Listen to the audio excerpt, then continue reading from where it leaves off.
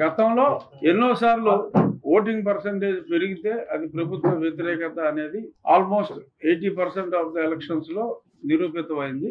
అంతేకాకుండా ఉద్యోగస్తులు ఎప్పుడైతే ఒక వ్యవస్థ మీద తిరగబడితే ఆ ఎలక్షన్ లో నెగ్గిన దాఖలాలు అయితే 100% కూడా లేవు. ఉద్యోగస్తుల వ్యతిరేకత ఉన్నప్పుడు ఆ ప్రభుత్వం వచ్చిన దాఖలాలు లేవు.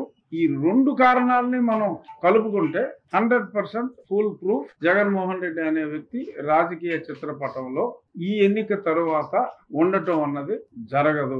జగన్మోహన్ రెడ్డికి స్పష్టంగా తెలుసు అతను ఎత్తిపోయాడని. కాకపోతే ఏ 14,000 కోట్లు అయితే ఎన్నికలకి ఒక రోజు ముందు గతంలో 6 నెలల ముందు నొక్కిన బటన్ల తాలూకు డబ్బులు రిలీజ్ చేయాలనుకున్నాడో దాన్ని ఇతర కాంట్రాక్టర్లకి 25% కమిషన్ తీసుకుని వెనకలాక్కునే వాళ్ళకి ఇవ్వటం కోసం మనం వస్తున్నాం.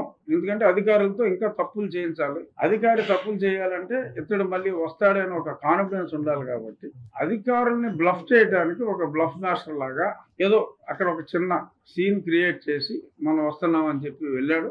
అధికారుల మీద ప్రెషర్ పెట్టి ఏదో పేమెంట్లు క్లియర్ చేయాలని చూశారు.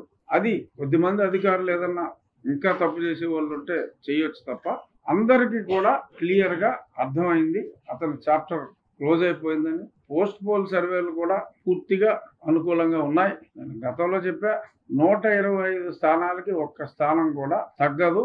ఎప్పుడు విధి అనుకూలించకపోతే. అనుకూలిస్తే 150 స్థానాలు దాటినా కూడా ఆశ్చర్యపోవలసిన అవసరం ఏమాత్రం లేదు.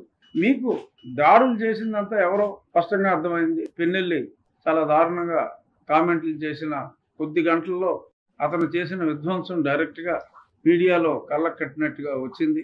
ఎంత దారుణంగా అతను బాక్సుల్ని బద్దలు కొట్టాడో. మరి అటువంటి వ్యక్తిని మీరు చూశారు. జగన్మోహన్ రెడ్డి ఆ బస్ టూర్లో తిరిగినప్పుడు ఎక్కడ పెద్దగా జనం లేరనుకోండి, వెళ్ళినప్పుడల్లా ప్రతి వాడిని సౌమ్యుడు, మంచివాడు ఇలా మాట్లాడేవాడు. పిన్నెల్లి గారిని కూడా రామకృష్ణ చాలా మంచివాడు, ఇప్పటికే మంచి పదవి ఇచ్చా, ఇంకా మంచి పదవిలో పెడతా, మంచివాడు కాబట్టి ఓట్లేయండి అన్నాడు. ఎంత మంచివాడో తెలిసిపోయింది. నిన్న టీవీలో దొరికేశాడు.